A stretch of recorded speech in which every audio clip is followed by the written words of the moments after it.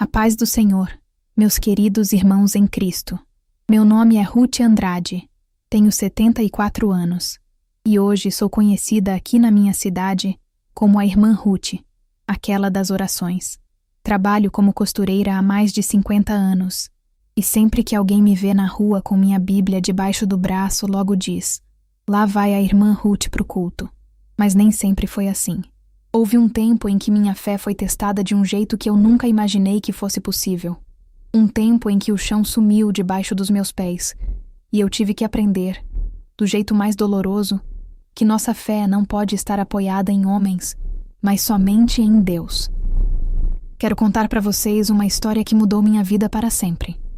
Uma história de traição, de escândalo dentro da igreja, mas também de cura, de perdão e da fidelidade de Deus.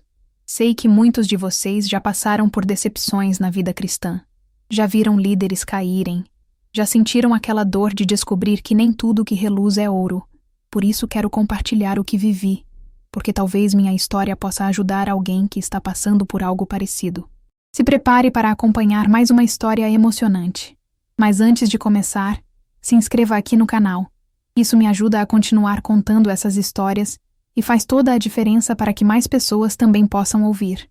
Preciso pedir desculpas logo de início, irmãos.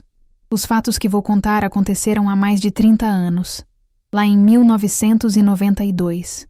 Minha memória já não é mais tão boa quanto era, e posso acabar trocando alguma data ou esquecendo algum detalhe pequeno. Mas uma coisa eu garanto: os momentos mais importantes, aqueles que marcaram minha alma, esses eu lembro com uma clareza que até me assusta. São coisas que a gente não esquece, mesmo querendo. Deixa eu te levar de volta até aquele tempo. Eu tinha 41 anos. Era casada com Joel, um pedreiro trabalhador e honesto. E tínhamos 2 filhos adolescentes, Daniel e Rebeca. A gente morava numa cidade de porte médio aqui no interior de Pernambuco, não muito longe de Caruaru. Eu sempre fui mulher de igreja, desde pequena. Cresci num lar pobre, mas meus pais sempre foram tementes a Deus. E eu aprendi desde cedo que a igreja era o lugar onde a gente encontrava refúgio, comunhão, onde a gente se sentia parte de uma família maior. Minha rotina naquela época era simples. Acordava cedo, preparava o café para o Joel e para os meninos, levava a Rebeca para a escola e depois passava o dia costurando. Eu trabalhava em casa mesmo, fazendo consertos de roupa, vestidos de festa, uniformes escolares. O dinheiro era contado, mas dava para o básico. E à noite, sempre que possível, eu estava na igreja. A congregação Luz do Caminho era minha segunda casa, talvez até a primeira, se eu for bem honesta. Era lá que eu me sentia valorizada, útil, parte de algo maior que eu mesma. O Joel nunca foi muito chegado em igreja. Ele ia de vez em quando, nos cultos grandes, mais para me acompanhar do que por convicção própria. Isso sempre me doeu um pouco, sabe? Ver meu marido tão distante daquilo que eu considerava o mais importante da minha vida. Mas eu não desistia de orar por ele, de acreditar que um dia ele ia entender. Lembro que naquela manhã de domingo, no início de 92, a casa cheirava a café fresco e pão na chapa. O Joel estava sentado na mesa, com o jornal aberto na frente dele. E quando eu comentei que o culto daquele dia seria especial, porque ia começar a campanha dos 7 dias de santificação, ele apenas soltou um risinho irônico. Aquele som me incomodou mais do que qualquer palavra que ele pudesse ter dito. A Rebeca, minha filha mais nova, que sempre foi doce e atenciosa, logo saiu em minha defesa. Ela disse que achava lindo ver a mãe tão dedicada às coisas de Deus. O Daniel, meu filho mais velho, nem levantou os olhos do prato. Naquela época ele estava com 17 anos e vivia no mundo dele, indiferente a tudo o que acontecia ao redor. Aquela pequena tensão do café da manhã ficou comigo durante todo o trajeto até a igreja. Eu caminhava pelas ruas de terra batida da nossa cidade, sentindo o sol quente de janeiro na pele, e tentava afastar aquela sensação incômoda que o riso do Joel tinha deixado. Mas quando cheguei na porta do templo e ouvi o som do órgão tocando, tudo aquilo sumiu. A Igreja Luz do Caminho era um prédio simples, de paredes brancas e janelas de madeira, mas para mim era o lugar mais bonito do mundo. Naquele domingo, o templo estava lotado. O cheiro de perfume misturado com o pó que subia do chão de cimento quando as pessoas andavam era familiar e reconfortante. Encontrei meu lugar no banco do meio, do lado direito, onde sempre me sentava. A irmã Edileuza acenou para mim de longe. Ela era uma mulher de 55 anos, cabelos já grisalhos presos num coque, e tinha se tornado minha conselheira espiritual. Sempre que eu precisava de uma palavra de sabedoria, era com ela que eu conversava. O culto começou com louvores que faziam o templo vibrar. As vozes se misturavam, subiam até o teto de madeira, e eu sentia meu coração se encher de alegria. Cantávamos hinos antigos, aqueles que todo crente conhece de cor, e também alguns corinhos mais novos que a irmã Marilene, líder do coral, tinha trazido de um congresso em Recife. Lembro que naquela época estava tocando muito na Rádio Voz do Evangelho um louvor chamado Há Poder no Nome de Jesus, e a gente cantava com tanta fé que parecia que as paredes iam se abrir. Quando o pastor Elias Moura subiu ao púlpito, o silêncio tomou conta do ambiente. Ele era um homem de 50 anos, alto, voz firme e eloquente, e quando pregava, parecia que cada palavra vinha direto do céu. Naquele dia, ele falou sobre santificação, sobre a necessidade de nos purificarmos diante de Deus, de consagrarmos nossas vidas inteiramente a Ele. Eu ouvia cada palavra como se fosse dirigida especialmente para mim. Olhei para a primeira fileira e vi a irmã Helena, esposa do pastor, sentada com os filhos. Ela sempre foi uma mulher discreta, serena, e eu admirava profundamente aquela família. Para mim, eles eram um exemplo perfeito de lar cristão. Depois do culto, enquanto as pessoas se cumprimentavam nos corredores, fui conversar com a irmã Edileuza. Ela me abraçou e disse uma coisa que ficou ecoando na minha cabeça por dias. Ore sempre, irmã Ruth. Tempos de fartura também podem trazer provas. Não entendi direito o que ela quis dizer naquele momento. Eu estava tão feliz, tão plena com minha vida na igreja, que não conseguia imaginar que provação poderia vir num tempo de tanta bênção. Na saída do templo, passei perto da irmã Celina, uma mulher de olhar afiado e língua ainda mais afiada. Ela estava conversando em voz baixa com outras irmãs, e quando passei, ouvi ela dizer algo sobre pessoas que querem aparecer demais na igreja. Não dei muita importância na hora. Pensei que estivesse falando de outra pessoa qualquer. Só muito tempo depois fui entender que o alvo era eu mesma. Eu tinha ganhado um espaço importante no grupo de oração feminino, e isso incomodava algumas pessoas. Voltei para casa ainda envolvida pela atmosfera do culto. Mas quando tentei compartilhar com o Joel sobre o sermão do pastor Elias, ele mal levantou os olhos da televisão. Estava passando um jogo de futebol, e ele só murmurou disfarçado. Aquilo doeu. Doeu porque eu queria tanto que ele entendesse o que eu sentia, que ele compartilhasse comigo aquela alegria. Mas ao mesmo tempo, eu sabia que não podia forçar. Fé não se impõe.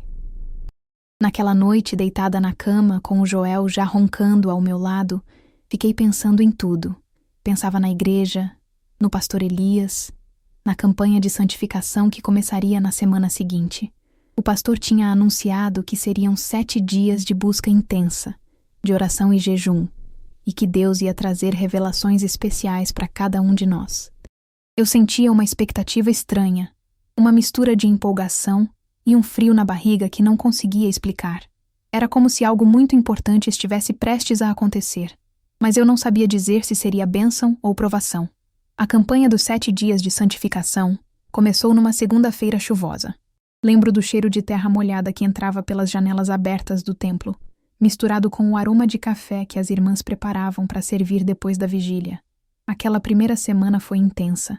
A gente passava horas em oração, cantando, lendo a palavra, buscando a presença de Deus como se nossas vidas dependessem disso. Foi numa dessas noites, na quarta-feira da campanha, que tudo começou a mudar.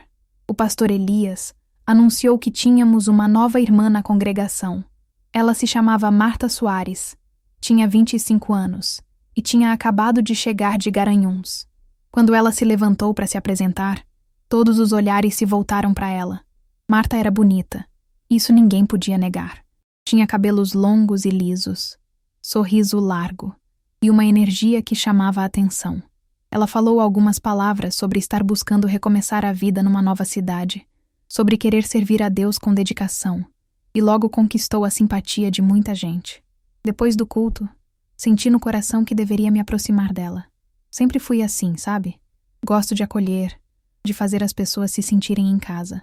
Fui até ela e me apresentei. Disse que se precisasse de qualquer coisa, poderia contar comigo. Marta me abraçou com tanta gratidão que senti que tinha feito a coisa certa. Trocamos telefone, combinamos de nos encontrar durante a semana, e foi assim que começou nossa amizade. Nas semanas seguintes, Marta se tornou presença constante na minha vida. Eu a levava para os cultos de oração, apresentava para todas as irmãs do grupo de mulheres, e até a convidei para almoçar lá em casa num domingo. O Joel foi educado com ela, mas manteve aquela postura distante que ele sempre tinha com as coisas da igreja. A Rebeca ficou encantada. Ela achava a Marta linda, moderna, interessante. O Daniel mal reparou que tinha gente nova em casa. Marta se envolveu rapidamente em tudo. Oferecia ajuda no coral, na limpeza do templo, na organização das campanhas. O pastor Elias logo percebeu o entusiasmo dela e começou a dar responsabilidades. Ele a colocou para ajudar na coordenação dos grupos de intercessão, disse que ela era uma serva dedicada, uma bênção para a igreja. Eu me sentia orgulhosa. Afinal, tinha sido eu quem acolheu a Marta, quem apresentou ela para todo mundo. De certa forma, sentia que o crescimento dela ali era também mérito meu. Mas com o tempo, comecei a notar algumas coisas, pequenas coisas, quase imperceptíveis, mas que foram se acumulando no meu peito como pedrinhas que vão formando uma montanha. Percebi que Marta estava assumindo funções que antes eram minhas. No grupo de mulheres, por exemplo, ela começou a liderar as orações, a sugerir temas de estudo, e as irmãs pareciam gostar mais dela do que de mim. Tentei não ligar, me dizer que era bobagem, que eu estava sendo egoísta, mas o incômodo estava lá. A irmã Celina não perdeu tempo em fazer seus comentários venenosos. Num dia que estávamos no templo arrumando as cadeiras, ela disse em voz alta, mas como se estivesse falando sozinha: "Engraçado como tem gente que chega de fora e em 2 semanas já quer mandar mais do que quem está há anos aqui."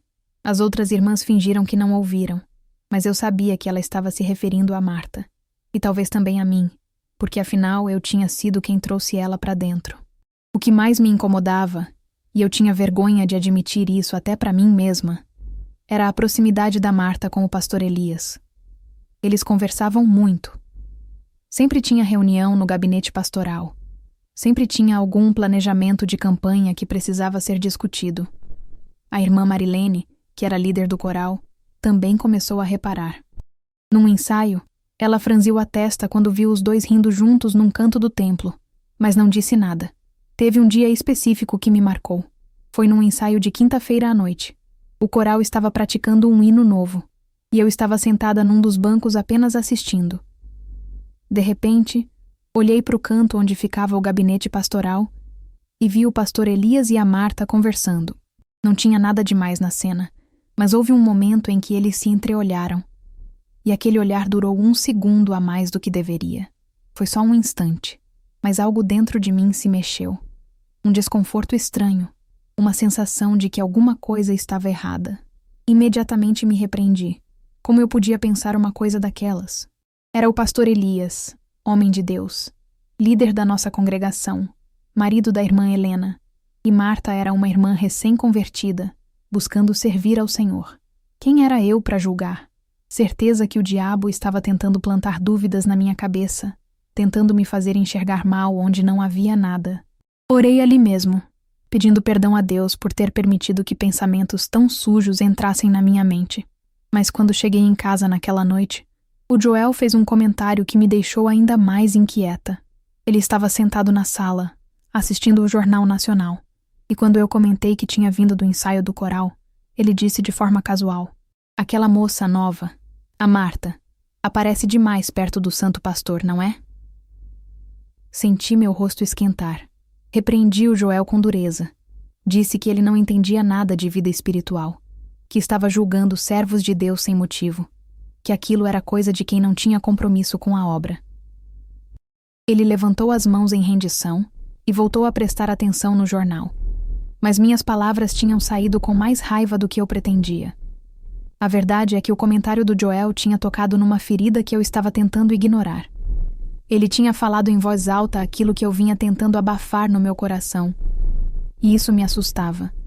Me assustava porque significava que talvez eu não estivesse louca, que talvez outras pessoas também estivessem vendo a mesma coisa que eu, mas ao mesmo tempo, me recusava a acreditar. Não podia acreditar. Naquela noite tive um sono agitado.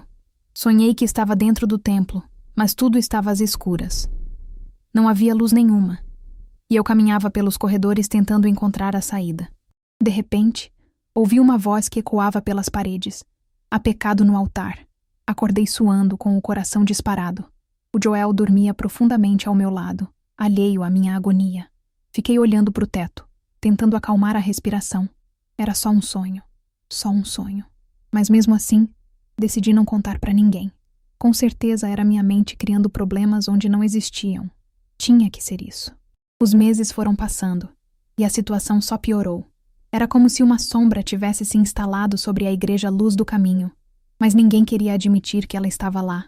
Eu mesma continuava tentando convencer meu coração de que tudo era normal, de que eu estava vendo coisas onde não havia nada. Mas ficava cada vez mais difícil. O pastor Elias e a Marta estavam sempre juntos. Ele criou até um cargo novo para ela, coordenadora de intercessão, uma função que nunca tinha existido antes na igreja. Isso significava que ela tinha acesso ao gabinete pastoral, participava de reuniões com a liderança e estava sempre envolvida nas decisões importantes. As irmãs começaram a comentar. A irmã Celina, que nunca foi de guardar nada para si, dizia em voz baixa pelos cantos que Marta andava demais no gabinete do pastor, e sempre sem a presença da irmã Helena. A irmã Marilene não falava nada, mas eu via o jeito que ela franzindo a testa, quando via os dois conversando em cantos isolados do templo. Eu tentava conter as fofocas. Sempre que ouvia alguém comentando, logo interrompia e defendia tanto o pastor quanto a Marta. Dizia que estavam fazendo o trabalho do ministério, que era importante ter pessoas dedicadas ajudando na obra, que a gente não podia ficar julgando os servos do Senhor. Acreditava sinceramente que estava protegendo o reino de Deus, impedindo que o diabo usasse línguas maldosas para destruir a igreja. Mas no fundo, bem lá no fundo, uma vozinha insistia em me perguntar se eu não estava apenas protegendo uma mentira. O irmão Raimundo, que era diácono e cuidava da manutenção do templo, mencionou para o irmão Adalto que tinha visto o carro do pastor estacionado na Rua da Marta em horários estranhos. O irmão Adalto era um homem calculista, sempre de olho em como poderia subir na hierarquia da igreja. Ele não fez nada com aquela informação, apenas guardou. Eu soube disso porque a esposa do Raimundo comentou com a irmã Edileuza, e a Edileuza, preocupada, me contou. Em casa, a tensão com o Joel estava insuportável. Ele zombava abertamente do pastor. Dizia que o homem de Deus parecia gostar de visitar certas ovelhas com mais frequência que outras. Aquelas palavras me feriam profundamente, não porque defendessem o pastor, mas porque ecoavam exatamente aquilo que eu estava tentando não pensar. Eu reagia com raiva, acusava Joel de ser cego espiritualmente, de querer destruir o que era sagrado. Nossas discussões ficavam cada vez mais frequentes e mais ásperas. O Daniel percebia tudo. Ele começou a fazer comentários cínicos sobre a igreja, dizia que era tudo mentira, que os crentes eram todos hipócritas. Eu não tinha forças para argumentar com ele. A Rebeca tentava manter a paz, mas via que ela também estava confusa. Minha filha era sensível e sentia o clima pesado que tinha se instalado tanto em casa quanto na igreja. Procurei a irmã Edileuza numa tarde de quinta-feira. Fui até a casa dela, que ficava perto do mercado municipal, e sentamos na varanda tomando um café. Desabafei tudo. Contei sobre as suspeitas, sobre os comentários que ouvia, sobre o incômodo que sentia. Ela me ouviu em silêncio, com aquele jeito sábio que só quem tem anos de caminhada com Deus consegue ter. Quando terminei de falar, ela fez uma pergunta que me atingiu como uma flecha. Irmã Ruth, você está defendendo o pastor porque tem certeza da inocência dele? Ou porque tem medo de que suas suspeitas sejam verdadeiras? Fiquei muda. Não consegui responder. Voltei para casa com aquela pergunta martelando na minha cabeça. Será que era isso? Será que eu estava defendendo o pastor não por convicção, mas por medo? Medo de aceitar que o homem que eu admirava, que eu respeitava como líder espiritual, pudesse ser capaz de algo tão terrível? Medo de que minha fé desmoronasse junto com a reputação dele? Numa tarde de quinta-feira, decidi fazer um bolo de milho para levar para Marta. Era um gesto de amizade, uma tentativa de manter nossa relação que andava meio distante. Ela tinha se mudado para uma casinha simples na rua de trás da igreja, e eu nunca tinha visitado. Coloquei o bolo numa travessa, cobri com um pano de prato limpo e fui andando até lá. Quando cheguei na porta, bati algumas vezes, mas ninguém atendeu. Estranhei, porque ouvia vozes vindas de dentro. Esperei um pouco, bati de novo. Nada. Fiquei ali parada, sem saber o que fazer, quando pela janela entreaberta da sala eu vi uma silhueta. Meu coração quase parou. Era o pastor Elias. Não tinha dúvida. Reconheci a postura, o jeito de gesticular. Ele estava dentro da casa da Marta, e ela não tinha atendido a porta. Senti minhas pernas tremerem. O bolo pesou nas minhas mãos. Fiquei ali parada por alguns segundos, que pareceram horas, tentando processar o que estava vendo. Então, antes que alguém me visse, me afastei rapidamente e voltei para casa. Caminhei rápido, quase correndo, com o bolo ainda na mão, sentindo as lágrimas queimarem nos meus olhos. Quando cheguei em casa, joguei o bolo no lixo. Não conseguia nem olhar para aquilo. Sentei na beira da cama e chorei. Chorei de raiva, de decepção, de medo. O Joel ainda não tinha chegado do trabalho, e eu agradeci a Deus por isso, porque não saberia o que dizer para ele. Como é que eu ia admitir que talvez ele estivesse certo o tempo todo? Como é que eu ia aceitar que tinha defendido algo que talvez fosse indefensável? Naquela noite não consegui dormir. Fiquei horas deitada na cama, olhando para o teto, ouvindo o ronco do Joel ao meu lado. As palavras da irmã Edileuza ecoavam na minha mente. Você está defendendo por fé ou por medo? E agora eu sabia a resposta. Era medo. Medo de encarar a verdade. Medo de que minha fé desmoronasse. Medo de perder aquilo que eu considerava meu alicerce. Sabia que precisava fazer alguma coisa. Não podia mais fingir que não estava vendo. Mas o quê? Confrontar o pastor? Contar para alguém? Ficar calada e deixar Deus agir? Cada opção parecia trazer consequências terríveis. Se eu falasse e estivesse errada, seria acusada de espalhar calúnia contra um ungido do Senhor. Se eu ficasse calada e estivesse certa, seria cúmplice de um pecado grave. Não havia saída fácil. Decidi que ia confrontar o pastor Elias diretamente. Ia marcar uma conversa particular com ele. Ia colocar tudo o que tinha visto e ouvido. E ia dar a ele a chance de se explicar. Esperava, do fundo do meu coração, que ele tivesse uma explicação razoável. Que tudo não passasse de mal entendido. Que minha fé pudesse continuar intacta. Mas uma parte de mim, uma parte pequena, mas que crescia a cada dia, já sabia que as coisas nunca mais seriam as mesmas. Nos dias que se seguiram depois daquela noite terrível em que vi o pastor Elias dentro da casa da Marta, não consegui mais dormir direito. Ficava me revirando na cama, olhando para o teto, tentando encontrar alguma explicação que fizesse sentido. Talvez ele tivesse ido fazer uma visita pastoral. Talvez a Marta estivesse passando por alguma dificuldade espiritual e precisasse de aconselhamento. Talvez. Mas no fundo, eu sabia que estava só tentando me enganar. Decidi que precisava conversar com o pastor Elias pessoalmente. Não podia mais ficar carregando aquele peso sozinha. Depois de um culto de quarta-feira, esperei a maioria das pessoas saírem e me aproximei dele. Pedi se podíamos conversar em particular. Ele concordou, mas percebi um certo incômodo no olhar dele. No gabinete pastoral, sentei numa cadeira de frente para a mesa dele. O cheiro de livros velhos e madeira envernizada era familiar. Reconfortante até, mas naquele momento parecia sufocante. Comecei devagar, escolhendo bem as palavras. Disse que, como irmã que sempre respeitou o ministério dele, queria alertá-lo sobre comentários que andavam circulando na igreja. Falei que as pessoas estavam reparando na proximidade dele com a irmã Marta, que isso poderia prejudicar a obra, dar margem para fofocas. A reação dele me pegou completamente de surpresa. O pastor Elias se inclinou para frente, com os cotovelos apoiados na mesa, e me olhou com uma frieza que eu nunca tinha visto nele. Disse que meus olhos espirituais estavam confusos, que Satanás estava usando até mesmo membros fiéis como eu para tentar destruir a obra de Deus. Ele falou que esperava mais maturidade de mim, que eu deveria saber discernir entre trabalho ministerial e as insinuações malignas do inimigo. Cada palavra dele era como um tapa na minha cara. Saí daquele gabinete me sentindo a pior pessoa do mundo, humilhada, confusa. Será que eu tinha mesmo deixado o diabo me enganar? Será que estava vendo pecado onde só havia serviço ao reino? Caminhei para casa com a cabeça baixa, as lágrimas embaçando minha visão. Passei pelos vizinhos na rua e mal consegui cumprimentar. Nos dias que se seguiram, me isolei de todo mundo. Continuei indo aos cultos porque era minha obrigação, mas me sentia distante, como se estivesse assistindo tudo de longe, por trás de um vidro. O Joel percebeu. Uma noite, quando eu estava lavando a louça depois do jantar, ele veio até a cozinha e perguntou o que estava acontecendo. Pela primeira vez em muito tempo, vi preocupação genuína no rosto dele. Não consegui falar. Só disse que estava cansada.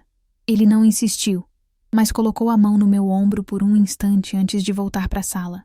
Foi então que o pastor Elias anunciou um culto especial de avivamento.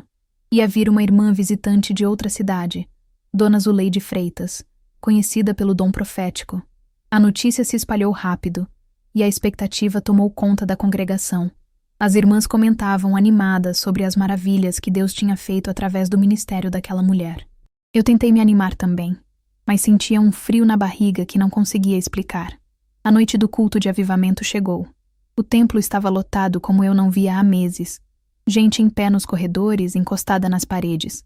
O calor era sufocante, mesmo com todas as janelas abertas. O cheiro de perfume misturado com suor enchia o ambiente. O louvor foi intenso, prolongado. A gente cantava hino atrás de hino, e quanto mais cantávamos, mais a atmosfera ficava carregada, densa. Era como se algo invisível estivesse prestes a acontecer. O pastor Elias subiu ao púlpito para a pregação. Ele falou sobre santidade, sobre pureza diante de Deus, sobre a necessidade de nos mantermos irrepreensíveis. A voz dele estava firme, apaixonada como sempre. Mas eu reparei num brilho estranho nos olhos dele. Parecia desespero disfarçado de autoridade. Marta estava sentada na segunda fileira, chorando copiosamente durante toda a pregação.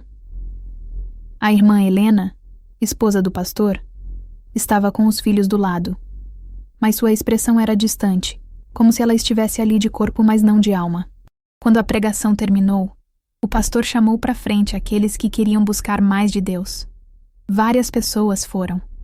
Ele começou a orar pelos irmãos, impondo as mãos, declarando vitórias espirituais. Foi então que aconteceu.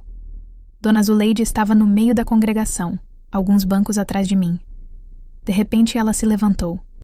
Era uma senhora de 50 e tantos anos, magra, com cabelos brancos presos num coque.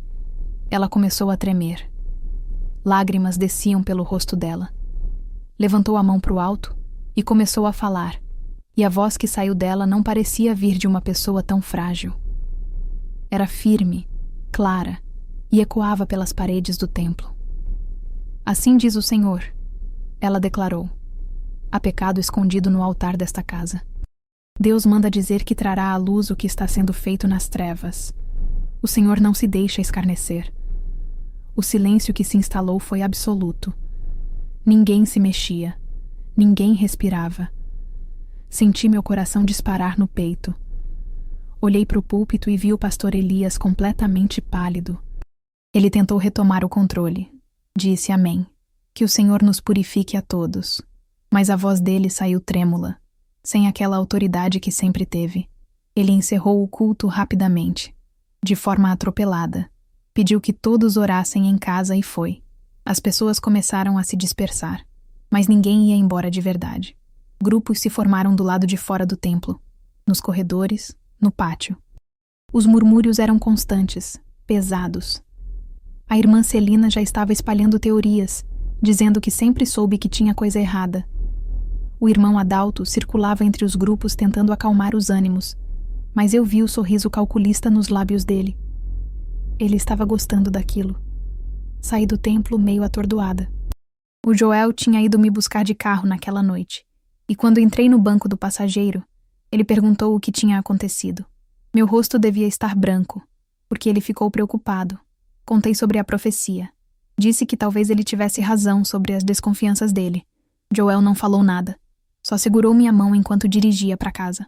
Naquela noite, deitada na cama, fechei os olhos e um versículo veio à minha mente com uma força que me assustou. Nada há encoberto que não venha a ser revelado, nem oculto que não venha a ser conhecido. Repeti aquelas palavras várias vezes, em silêncio, sentindo o peso delas. Sabia que algo terrível estava prestes a ser desvendado. Sabia que minha vida, minha fé, minha igreja, nada seria mais como antes. O Joel roncava ao meu lado, mas eu fiquei acordada até o sol nascer. Orei. Chorei. Pedi a Deus que me desse forças para enfrentar o que viesse. Porque no fundo da minha alma, eu já sabia. Já sabia que a profecia era verdadeira. Já sabia que o pastor Elias tinha caído. E já sabia que o escândalo que viria ia destruir tudo o que eu conhecia. Os dias que se seguiram depois daquela profecia foram os piores da minha vida. A igreja fervilhava de tensão. Onde quer que você olhasse, tinha gente cochichando, especulando, inventando teorias. Os boatos se espalhavam como fogo em capim seco. Alguém dizia que tinha visto o carro do pastor Elias na Rua da Marta de madrugada. Outra pessoa jurava ter ouvido discussões entre os dois no gabinete pastoral. A irmã Celina estava no auge, alimentando as fofocas com um prazer mal disfarçado que me dava nojo. A irmã Edileuza tentava acalmar os ânimos. Ela ia de pessoa em pessoa pedindo que orassem antes de julgar, que esperassem Deus agir, que não espalhassem calúnia. Mas era como tentar segurar água com as mãos. Ninguém queria ouvir. Todo mundo queria era falar, especular, apontar o dedo. O irmão Adalto convocou uma reunião do conselho da igreja. Disse que precisavam tratar do clima de divisão que estava se instalando. Na reunião, que aconteceu numa quinta-feira à noite no templo, ele sugeriu que a profetisa Zuleide fosse orientada a não mais profetizar na igreja. Disse que ela tinha causado escândalo desnecessário, que tinha perturbado a paz da congregação. Vários membros do conselho concordaram, balançando a cabeça. Mas o irmão Raimundo, que normalmente era calado, falava pouco. Surpreendeu a todos. Ele se levantou, com aquele jeito simples dele, e disse que talvez, ao invés de tentar calar a voz de Deus, deveriam estar ouvindo o que ele estava tentando dizer. O silêncio que se fez foi constrangedor. Adalto tentou rebater, mas não conseguiu encontrar argumento. Eu participei dessa reunião como membro do grupo de oração feminino, mas não falei nada. Me sentia como se carregasse um peso de 1000 quilos nas costas. Sabia coisas que os outros não sabiam. Tinha visto coisas. Mas como é que eu ia falar? Como é que ia admitir que tinha testemunhado algo e ficado calada? Comecei a evitar tanto o pastor Elias quanto a Marta. Quando via um dos dois no templo, mudava de direção, arrumava alguma desculpa para sair. Não conseguia olhar na cara deles. Em casa, a relação com o Joel mudou. Ele percebeu que eu estava sofrendo de verdade e, pela primeira vez em anos, demonstrou ternura genuína. Fazia cafezinho para mim de manhã, perguntava se eu estava bem, me abraçava antes de dormir. Era estranho e reconfortante ao mesmo tempo. O Daniel usou tudo aquilo como munição. Dizia que estava vendo, que todos os crentes eram iguais, hipócritas fingindo santidade. Eu não tinha forças para discutir com ele. O que é que eu ia dizer? Que ele estava errado? Mas ele não estava. A Rebeca, coitada, estava assustada. Uma noite ela veio até mim chorando e perguntou se Deus ainda estava na igreja. Abracei minha filha com força e disse que Deus nunca tinha saído. Eram as pessoas que às vezes se afastavam dele. O pastor Elias, tentando retomar o controle da situação, marcou um culto extraordinário. Disse que era um culto de esclarecimento e cura. Quando chegou o dia, o templo estava cheio de novo. Todo mundo queria ver o que ia acontecer. Ele pregou sobre calúnia, sobre perseguição espiritual, sobre o perigo de julgar os ungidos do Senhor. A voz dele estava firme, mas eu via o desespero nos olhos dele. Via o suor escorrendo pela testa, mesmo com o templo meio frio naquela noite de inverno. Quando terminou a pregação, ele chamou para a ministração. Foi então que Dona Zuleide se levantou de novo. Antes que qualquer pessoa pudesse impedir, antes que o pastor pudesse fazer alguma coisa, ela declarou com voz que parecia ecoar direto do céu: "O Senhor manda dizer que o pastor de casa dividida não pode mais guiar o povo. Ele se contaminou com pecado e precisa ser restaurado longe do púlpito." O templo explodiu. Algumas pessoas gritaram amém. Outras gritaram que aquilo era do diabo. A confusão era total. Marta, que estava sentada no meio da congregação, começou a soluçar tão alto que todo mundo olhou para ela. O pastor Elias tentou falar, tentou retomar o controle, mas então Marta se levantou. As pernas dela tremiam tanto que parecia que ia cair.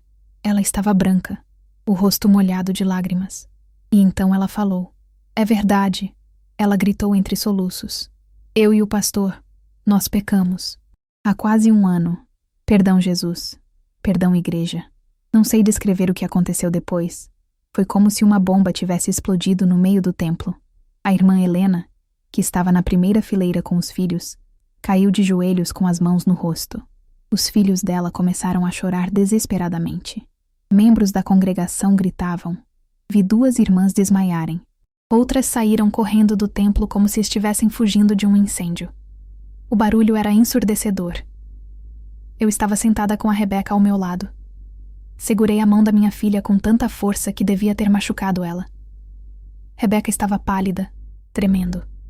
Senti como se o chão tivesse sumido debaixo dos meus pés. Tudo girava. Minha visão ficou embaçada. Mesmo já suspeitando, mesmo já sabendo no fundo, ouvir aquela confissão em voz alta, diante de toda a igreja, foi devastador. O irmão Adalto subiu ao púlpito tentando restaurar a ordem. Ele gritava pedindo silêncio, mas ninguém ouvia. Finalmente, depois de vários minutos de caos, ele conseguiu se fazer ouvir. Declarou que o culto estava encerrado e que o conselho se reuniria para tomar as providências necessárias. O pastor Elias estava parado no canto do púlpito, completamente destruído, cabisbaixo. O irmão Raimundo teve que escoltá-lo para fora do templo. As pessoas olhavam com ódio, com pena, com confusão. Quando consegui me levantar, vi a irmã Helena tentando sair. Ela mal conseguia andar. Fui até ela, passei o braço pelos ombros dela e ajudei. A gente atravessou o corredor do templo em silêncio. Ao passar pela porta, vi a Marta sendo consolada pela irmã Marilene. Ela estava completamente quebrantada, o corpo todo tremendo. Do outro lado, vi o pastor Elias entrando no carro dele. Pela primeira vez em toda a minha vida de fé, senti que não sabia mais em quem confiar. Todos os meus alicerces tinham desmoronado. Restava só Deus, só Ele.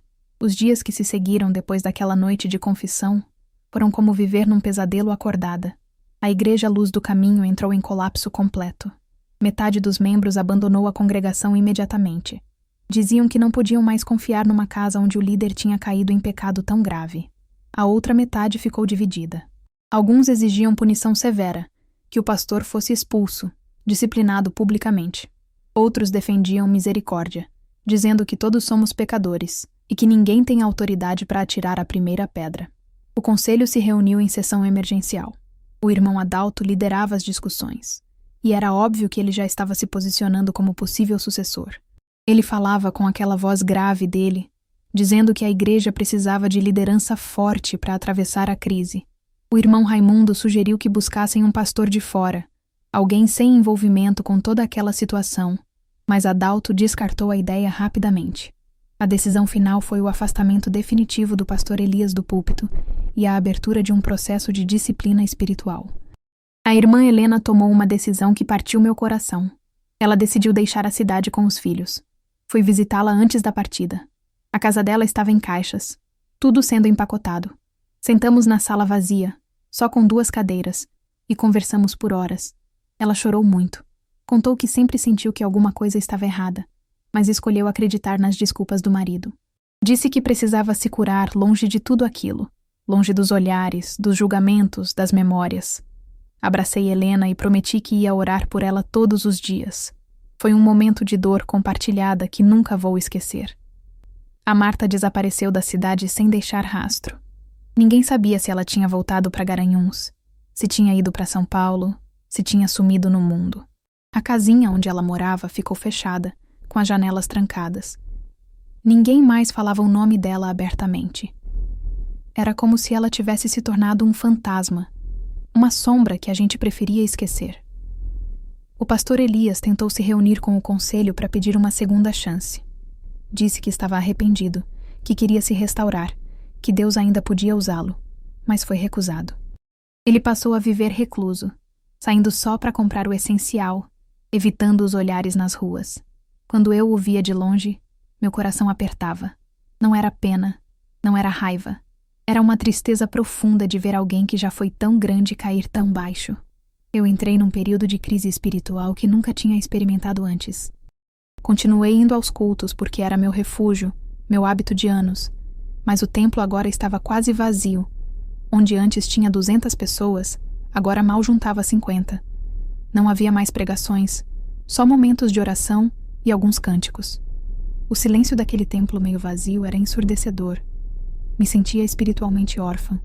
Tinha perdido não só um pastor, mas toda a estrutura da minha fé. Em casa, o Joel tentava me consolar do jeito dele. Disse que finalmente Deus tinha mostrado a verdade. Mas dessa vez, eu não reagi com raiva como fazia antes. Só sentia um vazio imenso dentro do peito. O Joel percebeu a profundidade do meu sofrimento e começou a me tratar com uma ternura que eu não via há anos. Fazia questão de estar em casa na hora das refeições, perguntava como tinha sido meu dia, ficava comigo assistindo televisão à noite mesmo quando preferia estar na rua. O Daniel usou o escândalo como justificativa definitiva para se afastar da igreja. Ele disse na minha cara que não queria mais nada com aquela religião de mentirosos. Eu não tinha forças para argumentar. Que argumento eu tinha? A Rebeca, coitada, tentava manter a fé, mas estava visivelmente confusa e assustada. Ela me perguntava se tudo que a gente acreditava era mentira. Eu abraçava minha filha e dizia que não, que Deus era real, que eram os homens que falhavam. Dona Zuleide, a profetisa que tinha revelado o pecado, passou a ser rejeitada por parte dos membros que ainda frequentavam a igreja. Alguns a chamavam de instrumento de divisão, de falsa profetisa. Diziam que ela tinha destruído a congregação. Ela enfrentava a rejeição com serenidade, mas eu via que estava ficando mais frágil. A tosse crônica que ela sempre teve piorou. Fiquei preocupada com ela. Numa tarde de quinta-feira, sozinha, fui ao templo. Entrei no santuário vazio. As cadeiras estavam todas arrumadas, esperando por gente que talvez nunca mais voltasse. O púlpito estava vazio, abandonado. Sentei num dos bancos e olhei para frente. As lágrimas começaram a escorrer sem que eu pudesse controlar. Me ajoelhei ali mesmo, no chão frio de cimento, e orei em voz alta. Senhor, eu disse, se tu ainda estás aqui, mostra-me como recomeçar. Porque eu não sei mais. Não sei mais em quem confiar. Não sei mais como caminhar. Não sei mais se consigo continuar. Fiquei ali em silêncio por longos minutos. Não ouvi nenhuma voz audível.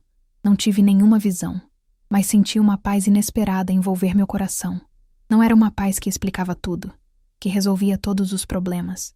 Era uma paz que me sustentava mesmo sem explicações. E naquele momento entendi que Deus não tinha ido embora. Ele estava ali, no meio da ruína, esperando que eu o encontrasse de novo. Saí do templo naquela tarde com uma decisão. Ia continuar congregando. Ia continuar buscando a Deus. Mas minha fé não ia mais estar depositada em homens, em pastores, em líderes. Ia estar depositada só em Deus. E essa crise, por mais dolorosa que fosse, talvez fosse o início de uma fé mais verdadeira, mais profunda, mais minha. Os meses foram passando devagar, pesados como chumbo. 6 meses depois daquele escândalo que destroçou a igreja, a congregação Luz do Caminho ainda sobrevivia, mas era uma sobrevivência frágil, doentia. Os cultos aconteciam com frequência irregular. Às vezes tinha culto no domingo, às vezes não. O irmão Raimundo, com aquele jeito simples dele, assumiu a liderança provisória. Ele não pregava sermões elaborados. Apenas lia a Bíblia em voz alta e conduzia alguns louvores. A gente cantava os hinos antigos, aqueles que todo crente conhece de cor, e ia embora. O irmão Adalto tentava assumir o púlpito sempre que podia. Ele subia lá na frente e começava a falar como se já fosse o pastor oficial, mas o conselho ainda não tinha tomado decisão sobre nova liderança. Eu via o jogo dele. Todos viam, mas ninguém tinha forças para enfrentar. Foi nessa época que comecei a visitar a Dona Zuleide com mais frequência. A profetisa que tinha revelado o pecado do pastor Elias estava visivelmente mais doente. A tosse que sempre teve tinha piorado muito. Ela tinha dificuldades para respirar, especialmente à noite. Eu ia na casa dela 2, 3 vezes por semana. Levava uma sopa, um chá, ficava conversando. Dona Zuleide morava sozinha numa casinha pequena, nos fundos de um terreno. O lugar cheirava a remédio e a ervas medicinais que ela mesma preparava. A gente sentava na varanda dela, tomando café adoçado com rapadura, e ela compartilhava histórias da vida dela. Contava como tinha aprendido a obedecer a Deus mesmo quando isso custava tudo. Falava de outras vezes que tinha profetizado verdades difíceis e sido rejeitada por isso. Aprendi com ela que servir a Deus não significava ser amada por todos. Significava ser fiel mesmo no isolamento, mesmo quando ninguém entende. 1 ano depois do escândalo, as coisas pioraram de novo. O irmão Adalto intensificou as manobras políticas dele. Ele começou a espalhar, sempre de forma sutil, sempre com aquele jeitinho de quem está preocupado com a obra, que eu e Dona Zuleide tínhamos provocado a divisão na casa do Senhor. Dizia que a gente tinha dado ouvidos a espíritos de divisão, que tinha incentivado a profecia que destruiu a igreja. A irmã Celina se uniu a ele rapidamente. Ela espalhava que eu sempre tive inveja da Marta, que por isso tinha incentivado as acusações contra ela e contra o pastor.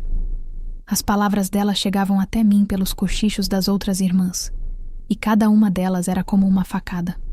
Pensei em me defender, em confrontar Adalto e Celina publicamente, mas a irmã Edileuza me aconselhou a permanecer em silêncio. Ela disse que Deus faria justiça no tempo dele. Foi difícil ficar calada. Muito difícil. Mas eu estava aprendendo uma lição importante. Nem toda batalha precisa ser lutada com palavras. O Joel observava tudo em silêncio. Ele via meu sofrimento. Via como eu continuava indo à igreja mesmo sendo alvo de fofocas, mesmo sendo rejeitada por alguns. E isso começou a mudar alguma coisa nele. Uma noite depois do jantar, ele me perguntou algo que nunca tinha perguntado antes. Ele queria saber não sobre a igreja, não sobre os pastores ou as doutrinas, mas sobre Deus. O que eu realmente acreditava. Por que continuava acreditando depois de tudo que tinha acontecido? Conversei com ele por horas naquela noite. Expliquei que minha fé não estava baseada em homens, mas em Deus. Que os homens falham, mas Deus permanece fiel. Vi algo diferente nos olhos do Joel. Ainda não era conversão, mas era interesse genuíno. Era o começo de algo. O Daniel continuava afastado, vivendo uma vida cada vez mais rebelde. Ele tinha arrumado más companhias, andava chegando tarde em casa, às vezes nem voltava. Quando eu tentava conversar, ele me cortava dizendo que não queria ouvir nada sobre Deus ou igreja. Aquilo me partia o coração, mas eu sabia que não podia forçar, só podia orar. A Rebeca, por outro lado, se agarrou à fé de um jeito que me surpreendeu. Ela tinha 19 anos naquela época, e a gente começou a fazer estudos bíblicos juntas em casa. Ela lia a palavra, fazia perguntas profundas, desenvolvia uma fé própria, independente da instituição. Ver minha filha crescendo espiritualmente era uma das poucas alegrias que eu tinha naqueles dias sombrios. 2 anos depois do escândalo, Dona Zuleide piorou muito. Foi internada com pneumonia grave. Os médicos não davam esperanças. Disseram que na idade dela, com os pulmões tão comprometidos, seria muito difícil sobreviver. Passei dias no hospital cuidando dela como se fosse minha própria mãe. O cheiro de desinfetante, o barulho dos aparelhos, as enfermeiras entrando e saindo do quarto, tudo aquilo ficou gravado na minha memória. Numa dessas noites de vigília, Dona Zuleide estava consciente, respirando com dificuldade, mas lúcida. Ela segurou minha mão com aquelas mãos finas e cheias de veias saltadas e disse algo que nunca vou esquecer. O escândalo não foi uma destruição, irmã Ruth. Foi uma libertação. Deus nos libertou da idolatria que fazíamos dos homens. Aquelas palavras ecoaram dentro de mim. Ela estava certa. A gente tinha transformado o pastor Elias num ídolo, num ser intocável, e Deus tinha permitido que tudo desmoronasse para nos mostrar que só Ele merece esse lugar de absoluta confiança. Surpreendentemente, milagrosamente, Dona Zuleide teve uma melhora súbita e inesperada. Em questão de dias, ela estava respirando melhor. A febre tinha baixado e os médicos não sabiam explicar. Eles chamavam de remissão inexplicável. Dona Zuleide atribuía à fidelidade de Deus em honrar aqueles que o obedecem. Testemunhar aquele milagre renovou minha fé de uma forma poderosa. Deus ainda estava trabalhando. Ainda estava no controle. 3 anos depois do escândalo, no início de 1995, aconteceu algo que ninguém esperava. O irmão Raimundo flagrou o irmão Adalto tentando retirar dinheiro do caixa da igreja sem autorização do conselho. Confrontado, Adalto disse que estava investindo no reino, mas quando investigaram, descobriram que ele tinha desviado valores ao longo de meses. As contas não fechavam. Havia notas fiscais falsas, recibos adulterados. O conselho removeu Adalto imediatamente de todas as funções. Ele saiu da igreja humilhado, jurando vingança, dizendo que todos eram ingratos. Nunca mais voltou. A irmã Celina, que era aliada dele, também se afastou, ressentida e amargurada. Ver aquilo me trouxe um alívio estranho. Não era alegria pela queda deles, mas alívio por ver que Deus realmente faz justiça. Em março de 1995, recebi um telefonema de madrugada. Era a vizinha de Dona Zuleide. Ela me disse que a irmã não tinha aparecido pela manhã como sempre fazia para buscar o leite e que estava preocupada. Pedi para o Joel me levar até lá imediatamente. Quando entrei na casa dela, encontrei Dona Zuleide na cama, deitada de lado, segurando a Bíblia contra o peito. Ela tinha morrido durante o sono, pacificamente. O rosto dela estava sereno, tranquilo. Não havia sinais de sofrimento. Chorei muito naquele dia. Chorei porque tinha perdido uma amiga, uma mãe espiritual, alguém que me ensinou a ser forte na fé. O funeral foi pequeno. Poucas pessoas compareceram. Muitos ainda a viam como a causadora da divisão na igreja. E não quiseram prestar homenagem. Mas eu fiz questão de falar. Subi ao púlpito vazio daquele templo quase vazio e falei sobre a coragem de Dona Zuleide, sobre como ela obedeceu a Deus mesmo sabendo que seria rejeitada. Falei que ela era uma heroína da fé. Depois do enterro, o sobrinho dela me entregou a Bíblia que estava com ela quando morreu. Dentro tinha um bilhete escrito com a letra trêmula dela. Continue firme. A verdade sempre liberta. Segurei aquela Bíblia contra meu peito e prometi que ia guardar como meu bem mais precioso. A morte de Dona Zuleide marcou o fim de uma era na minha vida. A era da dependência de figuras humanas tinha terminado. Eu finalmente entendia que minha fé precisava estar ancorada só em Deus. Não em pastores, não em profetas, não em líderes, só nele. Com a saída de Adalto e a morte de Zuleide, a igreja ficou sem direção clara.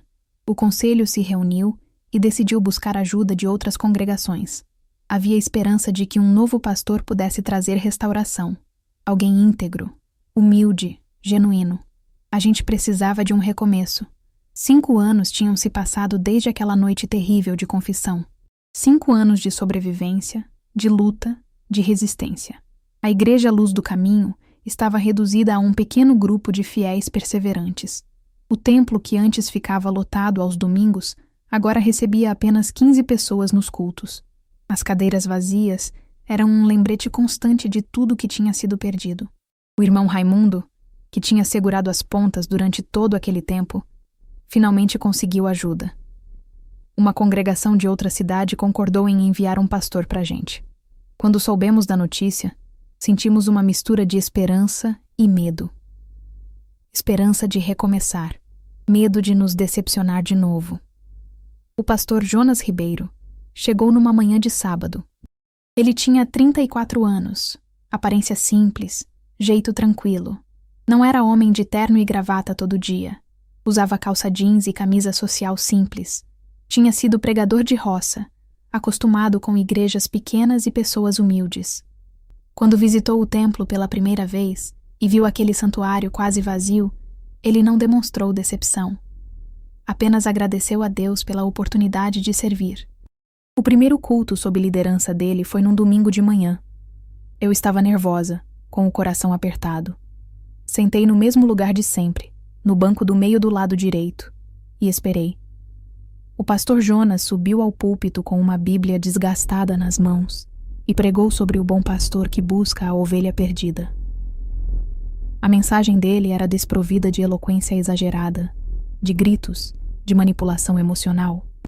Era apenas verdade bíblica apresentada com amor, Eu tinha passado 5 anos com o coração endurecido, protegido, com medo de confiar de novo. Mas a sinceridade daquele homem me tocou. Não era a pregação perfeita. Era a humildade genuína. Era o jeito como ele olhava para cada pessoa presente, como se cada uma importasse infinitamente. Nos meses seguintes, o pastor Jonas implementou mudanças sutis, mas significativas. Ele instituiu reuniões de prestação de contas com o conselho. Tornou as finanças da igreja completamente transparentes, com relatórios mensais afixados no mural. Recusava tomar decisões sozinho. Sempre consultava o conselho. Sempre pedia a opinião dos irmãos. Ele me chamou numa tarde para conversar. Disse que tinha ouvido falar do grupo de oração que existia antes e que gostaria que eu ajudasse a reorganizar. Aceitei, mas com cautela. Tinha aprendido a não idolatrar líderes. Deixei isso claro para ele. O pastor Jonas sorriu e disse que era exatamente isso que ele queria. Uma igreja de gente madura, que seguisse a Deus, não a homens. Foi nessa época que aconteceu algo que eu vinha orando há anos. O Joel decidiu visitar um culto. Ele não tinha entrado naquele templo desde a noite da confissão do pastor Elias. Mas uma manhã de domingo ele se levantou, se arrumou e disse que ia comigo. Fiquei tão emocionada que mal consegui falar. O Joel não se converteu naquele dia. Mas ficou impressionado com a humildade do pastor Jonas e com a atmosfera de autenticidade que tinha se instalado na igreja. Ele começou a me acompanhar aos domingos. No início era só como apoio, só para me fazer companhia, mas gradualmente eu via interesse genuíno crescendo nele. O Daniel, meu filho mais velho, continuava distante. Ele tinha 22 anos naquela época e vivia uma vida que me partia o coração. Más companhias, bebida, rebeldia. Eu orava por ele todos os dias, mas respeitava o distanciamento dele. Sabia que forçar não ia adiantar nada. A Rebeca, minha filha caçula, tinha se tornado uma jovem de fé sólida. Com 20 anos, ela ajudava no ministério de jovens da Igreja Restaurada. Ver ela servindo a Deus com alegria genuína era uma das minhas maiores bênçãos. A irmã Marilene, que tinha se afastado depois do escândalo, retornou à congregação. Ela me procurou depois de um culto, os olhos cheios de lágrimas. Pediu perdão por ter defendido a Marta cegamente, por ter duvidado da palavra profética de Dona Zuleide. Abracei ela com força e as duas choramos juntas. Foi um momento de reconciliação genuína que curou feridas antigas. Lentamente, muito lentamente, a igreja começou a crescer de novo. Novos membros chegavam. Não eram atraídos por campanhas espetaculares ou promessas de milagres. Eram atraídos pelo testemunho de uma comunidade que tinha sobrevivido à tempestade e emergido mais forte. O templo voltou a encher aos poucos. Não estava lotado como antes, mas tinha vida de novo. Percebi que estava vivendo uma nova fase. Não era mais aquela mulher ingênua que depositava toda a confiança em líderes humanos. Tinha me tornado uma mulher madura, que entendia que a igreja é feita de pessoas falhas, mas o Deus que a sustenta é perfeito. Essa diferença mudava tudo. Tinha 46 anos naquela época. Cabelos começando a ficar grisalhos, rugas nos cantos dos olhos, corpo mais cansado. Mas minha fé estava mais forte do que nunca. Não era uma fé ingênua, era uma fé testada, provada, refinada pelo fogo.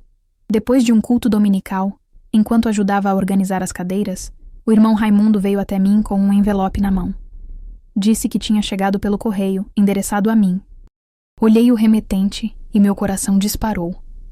Era de Helena, a ex-esposa do pastor Elias. Não tinha notícias dela há 5 anos. Esperei chegar em casa para abrir a carta. Sentei na cozinha, com as mãos tremendo, e li. Helena escrevia que voltaria à cidade para visitar a igreja e que gostaria muito de conversar comigo. Ela pedia que eu não compartilhasse com ninguém ainda.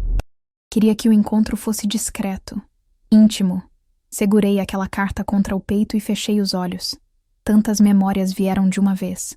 A Helena de joelhos naquele culto terrível, o rosto dela destruído pela dor, a despedida quando ela foi embora com os filhos. E agora, 5 anos depois, ela queria voltar, queria conversar. Não sabia o que esperar daquele encontro, mas sabia que precisava acontecer. Havia coisas que precisavam ser ditas. feridas que precisavam ser curadas. Escrevi uma resposta naquela mesma noite, dizendo que seria uma honra recebê-la. 8 anos tinham se passado desde aquela noite de escândalo. 8 anos de caminhada, de cura, de reconstrução. Quando recebi a ligação de Helena dizendo que tinha chegado na cidade, senti meu coração acelerar. A gente marcou de se encontrar na minha casa numa tarde de quinta-feira. Preparei tudo com cuidado. Fiz um bolo de milho, preparei café fresco, arrumei a sala. O Joel perguntou se eu queria que ele saísse, mas pedi que ficasse. De alguma forma sentia que ele precisava estar ali. Quando a campainha tocou, respirei fundo antes de abrir a porta. Helena estava parada ali, diferente e ao mesmo tempo a mesma.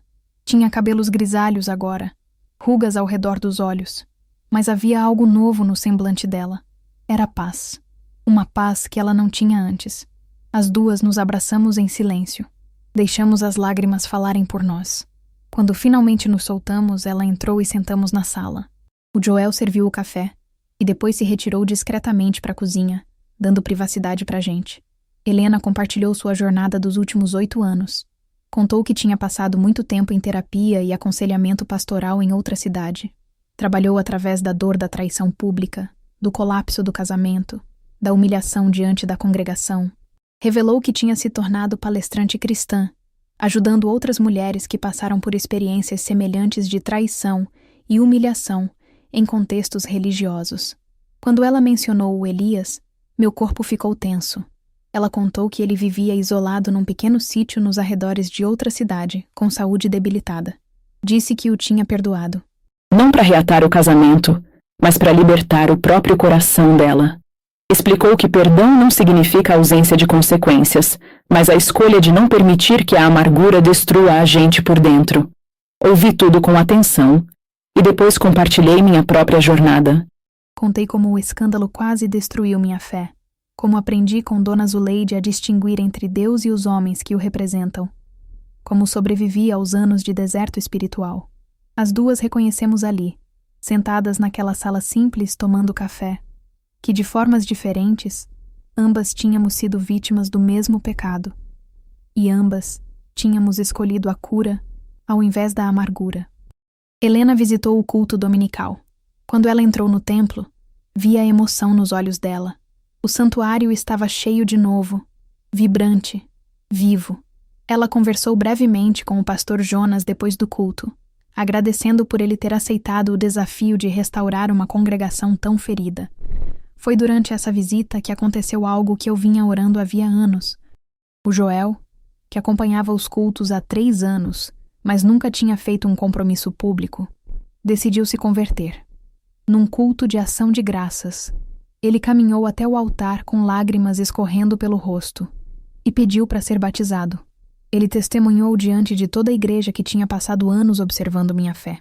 Disse que no início achava que era tudo ilusão, mas que vendo eu passar pela maior crise espiritual da minha vida, sem abandonar Deus, tinha finalmente entendido. Eu não buscava uma instituição perfeita. Eu buscava um Deus real. Chorei tanto naquele dia que perdi a conta. Ver meu marido se entregar a Cristo, depois de tantos anos orando, jejuando, suplicando, foi a realização de um dos meus maiores sonhos. Helena testemunhou tudo aquilo e depois me abraçou dizendo: "Veja como Deus transforma tragédias em testemunhos." O escândalo poderia ter destruído seu casamento, mas no final, aproximou vocês. Antes de partir, Helena me entregou um envelope fechado. Explicou que o Elias tinha lhe enviado uma carta privada alguns meses atrás, pouco antes de adoecer gravemente. Ela tinha decidido não torná-la pública, mas achava que eu deveria saber que ela existia. Guardei o envelope sem abrir na hora. Naquela noite, sozinha no quarto enquanto Joel dormia, abri a carta. A caligrafia era trêmula, quase ilegível em alguns pontos. Elias reconhecia seus pecados, pedia perdão a Deus e àqueles que tinha ferido. Mencionava que vivia com as consequências das escolhas dele: isolamento, doença, o peso do que destruiu. A carta não pedia nada, apenas confessava. Li tudo em silêncio. Quando terminei, dobrei o papel cuidadosamente e guardei na gaveta. Não senti raiva, não senti vitória. Apenas uma tristeza serena e surpreendentemente compaixão. Naquela noite, orei por Elias pela primeira vez em 8 anos. Não foi uma oração de julgamento, foi de misericórdia. Mas enquanto orava, um pensamento veio à minha mente. Ainda havia uma pessoa com quem nunca tive um fechamento adequado. Marta, a jovem que também foi vítima e algoz ao mesmo tempo. Me perguntei onde ela estaria, se tinha encontrado paz, se um dia teríamos a oportunidade de conversar novamente. 13 anos tinham se passado desde aquela noite terrível de confissão. 13 anos de reconstrução, de cura, de aprendizado. Minha vida tinha mudado completamente. O Joel estava convertido há 5 anos, firme na fé. A Rebeca trabalhava como missionária em outra cidade, visitando sempre que podia. A Igreja Luz do Caminho estava restaurada, vibrante, cheia de vida. Mas havia uma dor que ainda não tinha sido curada. O Daniel. Meu filho mais velho tinha 30 anos e vivia há mais de uma década afastado da família e da fé. Ele trabalhava em bicos, empregos temporários que nunca duravam muito. Vivia com más companhias, bebia com frequência. Eu mantinha contato mínimo com ele. Ligava de vez em quando, mandava mensagens dizendo que o amava, que minha porta estava sempre aberta. Mas respeitava a distância dele. Sabia que forçar não ia adiantar nada. Foi numa sexta-feira à noite que recebi o telefonema que mudou tudo. Eram 2 horas da madrugada quando o telefone tocou. Meu coração disparou antes mesmo de atender. Ninguém liga a essa hora com boa notícia. Era o hospital. O Daniel tinha sofrido um acidente de moto. Estado grave. Precisávamos ir imediatamente. O Joel se vestiu em segundos. A gente saiu correndo para o carro, ainda meio atordoados pelo sono e pelo choque. O trajeto até o hospital foi o mais longo da minha vida. O Joel dirigia em silêncio, as mãos firmes no volante, mas eu via a tensão no maxilar dele. Orei sem parar durante todo o caminho. Não eram orações elaboradas, apenas súplicas desesperadas. Senhor, não leva meu filho. Por favor, não leva meu filho.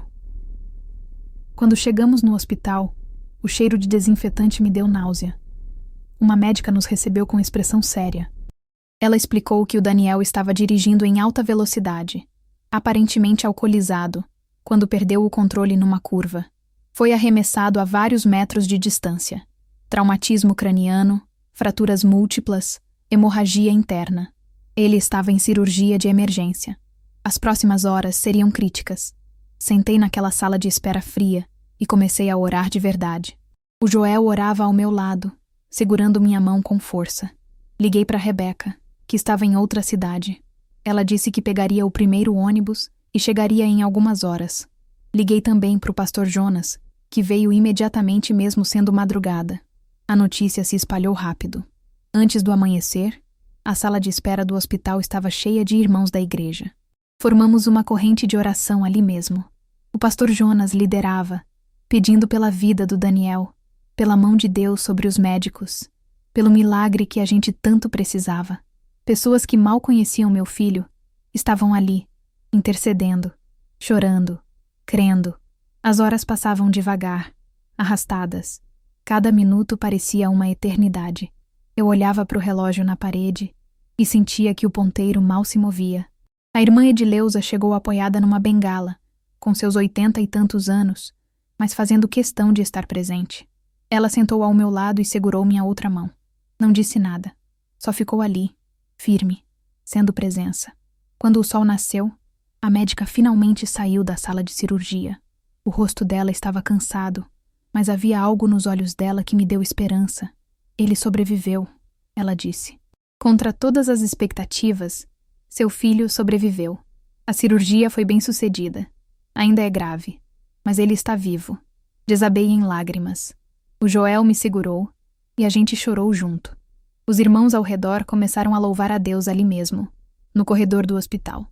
Enfermeiras pediam silêncio, mas ninguém conseguia conter a alegria. Deus tinha ouvido. Tinha respondido. Levou alguns dias até o Daniel acordar completamente. Quando finalmente pude falar com ele, encontrei meu filho irreconhecível. Não fisicamente, embora estivesse cheio de curativos e com o rosto inchado. Era o olhar dele que tinha mudado. Havia medo ali. E arrependimento. Ele me contou entre lágrimas que molhavam o travesseiro do hospital, que no momento do acidente teve certeza absoluta de que ia morrer. Disse que sua vida inteira passou na frente dos olhos dele e que sentiu terror ao pensar em enfrentar Deus sem reconciliação. Terror de estar perdido para sempre. Terror de ter desperdiçado todas as chances que tinha tido. Segurei a mão do meu filho e chorei com ele. Disse que nunca, nem por um segundo, tinha deixado de amá-lo, que Deus também nunca o tinha abandonado, mesmo quando ele estava longe, que misericórdia de Deus estava ali, naquele leito de hospital, dando a ele uma nova chance. O Daniel decidiu entregar a vida a Cristo ali mesmo, naquela cama de hospital, com as costelas quebradas, com a cabeça enfaixada, com a voz fraca. Ele orou pedindo perdão e entregando tudo a Deus. O Joel testemunhou aquilo tudo, chorando tanto quanto eu. Ele disse depois que se não tivesse se convertido anos antes, não saberia como ajudar o filho naquele momento. Mas Deus tinha preparado tudo. Nas semanas seguintes, acompanhei a recuperação do Daniel de perto. Os médicos diziam que era milagre ele estar vivo, quanto mais se recuperando tão bem. As fraturas saravam rápido, a hemorragia tinha sido controlada. O traumatismo não deixou sequelas graves. Quando ele finalmente recebeu alta, voltou para casa transformado. A mudança no Daniel foi radical. Ele começou a frequentar a Igreja Luz do Caminho, agora completamente restaurada e vibrante. Buscou emprego estável e conseguiu um trabalho bom numa loja de materiais de construção. Abandonou completamente o álcool, cortou as amizades que o puxavam para baixo, começou a servir no Ministério de Jovens. Ver minha família completamente restaurada era mais do que eu podia ter sonhado. O Joel convertido e firme, a Rebeca servindo como missionária, o Daniel de volta ao caminho. Reconheci que Deus não tinha apenas curado minhas feridas do passado. Ele tinha transformado cada dor em testemunho da fidelidade dele. Num culto especial de ação de graças, minha família inteira estava reunida no templo. O pastor Jonas convidou o Joel para compartilhar brevemente sobre o que Deus tinha feito na vida dele. Meu marido subiu ao púlpito, ficou ali de pé ao meu lado e falou com aquela simplicidade dele que sempre me encantou. Ele contou como tinha passado anos achando que fé era ilusão, como tinha zombado da dedicação da esposa, mas que vendo eu passar pela maior crise espiritual da minha vida sem abandonar Deus, tinha finalmente entendido. Eu não buscava uma instituição perfeita. Eu buscava um Deus real. E foi isso, disse ele com a voz embargada, que conquistou o coração dele. Joel reconheceu publicamente que sem a crise que a igreja tinha enfrentado 13 anos antes, talvez nunca tivesse visto a verdadeira essência da minha fé. Uma fé que não dependia de instituições ou líderes, mas apenas de Deus. Quando ele terminou de falar, sentei ali na primeira fileira chorando silenciosamente de gratidão. O Joel segurou minha mão e senti que tudo, absolutamente tudo que tinha passado, valeu a pena. Deus tinha usado até mesmo o escândalo mais doloroso para moldar minha família e trazer todos nós à unidade espiritual. O que o inimigo quis usar para destruir, Deus transformou em redenção. Depois daquele culto, enquanto as pessoas se confraternizavam no pátio da igreja, uma mulher que eu não conhecia se aproximou de mim. Ela era jovem, talvez uns 40 anos, com um sorriso gentil. Se apresentou como amiga de alguém do passado e disse que tinha uma mensagem importante para mim. Meu coração deu um pulo quando ela falou o nome. Marta Soares gostaria de me encontrar. Depois de tantos anos, depois de tanto silêncio, a Marta queria conversar comigo. Fiquei ali parada, sem saber o que dizer. A mulher me deu um papel com um número de telefone e se afastou discretamente. Olhei para aquele papel na minha mão e senti uma mistura de emoções que não conseguia definir. Medo, curiosidade, compaixão. Sabia que aquele encontro precisava acontecer, que havia um ciclo que ainda precisava ser fechado, mas não sabia se estava pronta. 32 anos tinham se passado desde aquela noite de escândalo. 32 anos de caminhada, de aprendizado, de transformação. Eu tinha 73 anos agora. O Joel, 77, estava ao meu lado com saúde razoável, mais lento, mais presente. O Daniel era diácono respeitado na igreja. A Rebeca continuava no campo missionário, visitando sempre que podia. A Igreja Luz do Caminho prosperava sob a liderança contínua do pastor Jonas. Levei alguns dias orando, buscando paz no coração, até finalmente ligar para o número que a mulher tinha me dado. Foi a própria Marta quem atendeu. A voz dela estava diferente, mais madura, mas reconheci na hora. A gente conversou brevemente e marcou um encontro na minha casa numa tarde de quinta-feira. Preparei tudo com cuidado. Fiz café, arrumei a sala, orei pedindo sabedoria e amor. Quando a campainha tocou, respirei fundo antes de abrir a porta. A mulher que estava ali era irreconhecível. Cabelos completamente grisalhos, rosto marcado pelo tempo, corpo mais pesado. Mas havia algo novo nos olhos dela. Era paz. Uma paz que ela não tinha na juventude. As duas nos abraçamos em silêncio. Deixei ela entrar. Um homem esperava no carro estacionado na frente de casa. Ela explicou que era o esposo dela, que tinha preferido não entrar para nos dar privacidade. Sentamos na sala e o silêncio inicial foi pesado, carregado de 32 anos de história. Marta começou a falar e a voz dela tremia de emoção. Contou sua jornada desde que fugiu da cidade em 1992. Anos de depressão profunda que quase a mataram. Uma tentativa de suicídio que por pouco não deu certo. Internação psiquiátrica. O fundo do poço. E então, finalmente, uma igreja em outra cidade que a acolheu sem julgamentos destrutivos, que a ajudou a reconstruir a vida pedaço por pedaço. Ela chorava copiosamente enquanto falava. Pediu perdão por ter traído nossa amizade, por ter causado escândalo, por ter contribuído para a destruição de tantas vidas. Disse que carregou culpa e vergonha por décadas, que havia noites em que não conseguia dormir pensando em tudo o que tinha feito. Segurei as mãos dela com firmeza, deixando ela desabafar tudo o que precisava. Quando ela terminou, olhei nos olhos dela e disse com voz firme mas amorosa: Eu te perdoei há muito tempo, irmã. E Deus também. Você não precisa mais carregar esse peso. As palavras saíram do fundo da minha alma. Não eram palavras vazias. Eram verdade. Marta desmoronou em lágrimas de alívio. E a gente ficou ali abraçadas chorando junto. Ela revelou então algo que eu nunca soube. Disse que tinha visitado o pastor Elias pouco antes da morte dele em 2010. Contou que ele estava muito doente, vivendo sozinho num lugar simples, e que expressou profundo arrependimento por tudo que tinha feito. Ele pediu perdão a ela por tê-la manipulado quando ela era jovem e vulnerável. Marta disse que aquela conversa também foi parte da cura dela. Ela percebeu que ambos foram responsáveis, mas que o desequilíbrio de poder tornava a situação ainda mais grave da parte dele. Ouvi tudo em silêncio. Finalmente tinha confirmação do arrependimento dele. Mas percebi que isso não mudava nada na minha própria jornada. Eu já tinha encontrado paz anos antes, com ou sem essa confirmação. Minha cura não dependia do arrependimento dele. Dependia da graça de Deus sobre mim. Marta compartilhou que hoje trabalhava como voluntária ajudando mulheres em situação de vulnerabilidade, especialmente aquelas que sofreram abuso espiritual ou manipulação em ambientes religiosos. Ela tinha transformado a dor dela em propósito, em ferramenta para ajudar outras pessoas. Oramos juntas ali na minha sala. Foi um momento de reconciliação espiritual profunda.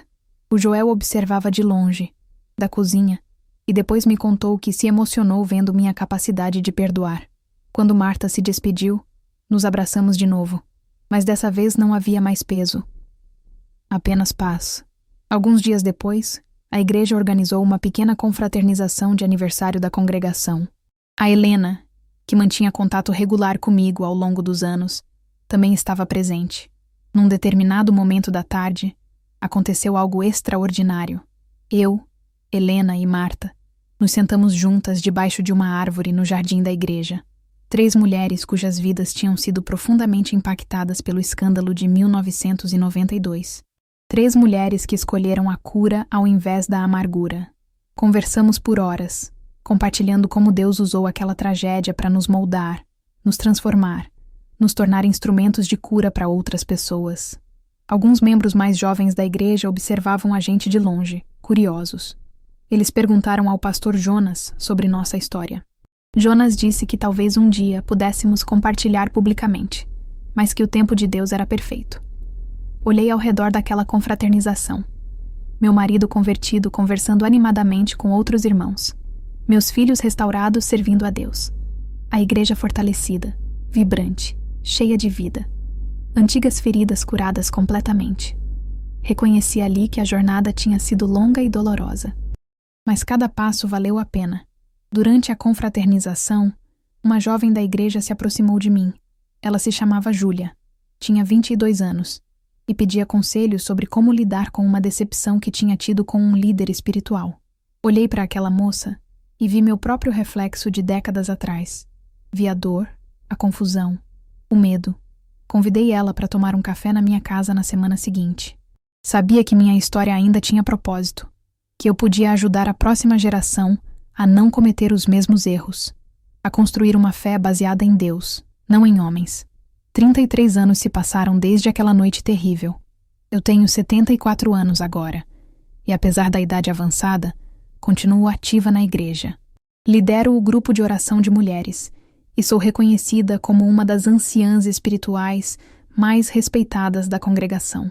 O Joel, com 77 anos, está mais lento fisicamente, mas permanece fiel ao meu lado. A igreja estava planejando uma grande celebração. Era o 33º aniversário da restauração, contado desde o ano em que o pastor Jonas assumiu. Um momento de reflexão sobre a jornada que a congregação tinha percorrido desde os dias mais sombrios. A Júlia, aquela jovem que tinha pedido conselho, voltou a me procurar. Veio na minha casa numa tarde para conversar. Ela estava enfrentando uma crise de fé, porque descobriu que o líder do ministério jovem da igreja que frequentava antes tinha comportamentos inadequados com algumas meninas. Se sentia traída. Não sabia se conseguia confiar novamente em líderes espirituais. Sentamos na varanda da minha casa tomando café. Compartilhei com ela minha própria história. Não todos os detalhes, mas o suficiente para que entendesse que eu também tinha passado por decepção profunda. Expliquei que a fé verdadeira não se constrói sobre pessoas, mas sobre o caráter imutável de Deus. Ensinei ela a fazer a distinção entre o mensageiro falho e a mensagem perfeita. Júlia perguntou como consegui perdoar e seguir em frente. Respondi com total honestidade. Não foi rápido e não foi fácil. Levei anos, mas aprendi que perdoar não significa esquecer ou dizer que o erro não importou. Perdoar significa escolher não deixar que a maldade do outro me destrua também. O Daniel estava na sala durante essa conversa. Ele tinha vindo me visitar e ouviu tudo. Depois que Júlia foi embora, meu filho me abraçou chorando. Disse que foi exatamente essa maturidade espiritual que o trouxe de volta à fé anos atrás, depois do acidente. Que ver a mãe dele escolher perdão ao invés de amargura mudou a vida dele para sempre. No domingo seguinte, aconteceu o culto especial de celebração. O templo estava completamente lotado. Membros antigos e novos, visitantes de outras congregações, todos reunidos para celebrar a fidelidade de Deus. O pastor Jonas pregou sobre Romanos 8:28. Sabemos que Deus age em todas as coisas para o bem daqueles que o amam. Fez referências sutis à história de superação da igreja, sem entrar em detalhes do escândalo. Durante o momento de testemunhos, o Daniel subiu ao púlpito. Compartilhou como cresceu na igreja, como se afastou após o escândalo, como se rebelou por anos, como Deus usou um acidente quase fatal para trazê-lo de volta. Ele olhou para mim na congregação e disse publicamente: minha mãe nunca desistiu de mim, assim como Deus nunca desistiu dela. Ela é meu maior exemplo de fé. Chorei silenciosamente com o Joel segurando minha mão. A Rebeca foi ao púlpito em seguida. Compartilhou como a crise que vivemos quando ela tinha apenas 15 anos poderia tê-la destruído. Mas ao invés disso, ensinou ela a depender de Deus desde cedo. Creditou a mim o exemplo de perseverança que a capacitou para servir como missionária. Depois dos testemunhos, o pastor Jonas me chamou para frente. Pediu que a congregação honrasse aqueles que permaneceram fiéis durante os dias mais sombrios. Subi ao palco constrangida, mas emocionada. O pastor colocou uma placa nas minhas mãos com uma inscrição do livro de Provérbios. Levantam-se seus filhos e a chamam bem-aventurada. A congregação aplaudiu de pé. Abracei o pastor Jonas, olhei para minha família, para Helena que estava presente entre os visitantes, para os rostos de irmãos novos e antigos. Me aproximei do microfone e com voz embargada disse apenas algumas palavras. Eu não sou exemplo de nada. Sou apenas uma mulher que Deus teve misericórdia. Passei por muita dor, muita dúvida, mas aprendi que quando tudo desmorona, Deus permanece. Essa igreja é prova disso. Nós somos prova disso. Glória a Deus. Ao descer do palco, a Júlia me abraçou e sussurrou. Obrigada por me mostrar que é possível continuar. Aquelas palavras me encheram de alegria. Minha história ainda tinha propósito. Depois do culto, houve confraternização nos jardins. Estava rodeada de filhos, netos, amigos antigos como a irmã Edileuza com 88 anos mais presente e novos membros. O Joel estava ao meu lado sorrindo tranquilamente. Em determinado momento me afastei da multidão e entrei no santuário vazio. Sentei num dos bancos e olhei para o púlpito. O mesmo púlpito onde 33 anos atrás o escândalo foi revelado. Lembrei da dona Zuleide levantando e profetizando. Deus trará à luz o que está sendo feito nas trevas. Sorri suavemente.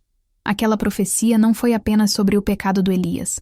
Foi também sobre a revelação da minha própria cegueira espiritual, sobre a idolatria que fazíamos dos líderes, sobre a necessidade de purificação da igreja inteira. Sussurrei uma oração de gratidão. Obrigada, Senhor, por não me deixar viver na ilusão. Obrigada por me mostrar que a verdade, mesmo quando dói, liberta. Obrigada por transformar minhas cinzas em beleza. O Joel entrou no santuário e se sentou ao meu lado em silêncio. Depois de alguns minutos ele disse: Você estava certa o tempo todo. Não sobre o pastor Elias, mas sobre Deus. Ele é real.